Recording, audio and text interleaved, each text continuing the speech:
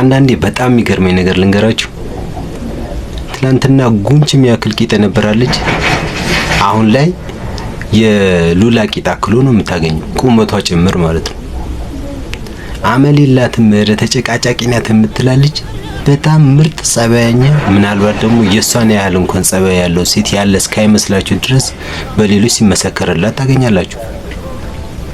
አንዳንዴ ደግሞ በቃ ማለት አወዛጋቢነት በጣም ይገርመኛል። ልክ ስትተዋቸው እነሱ መልአክ ሆነው ምናምን ነገር ነው የሚገኙት፣ በመልክ ጭምር ማለት ነው። ቆንጆ ነው።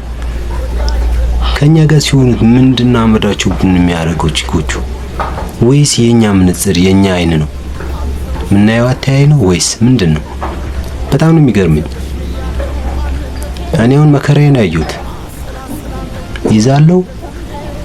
ልክ ከኔ ጋር አብሮ ሲሆኑ ከዴት ጊዜ ያው እንዴት ታረጋለህ፣ ከዛም በኋላ ለሳምንት ምናምን ነገር ትቀጥላለህ።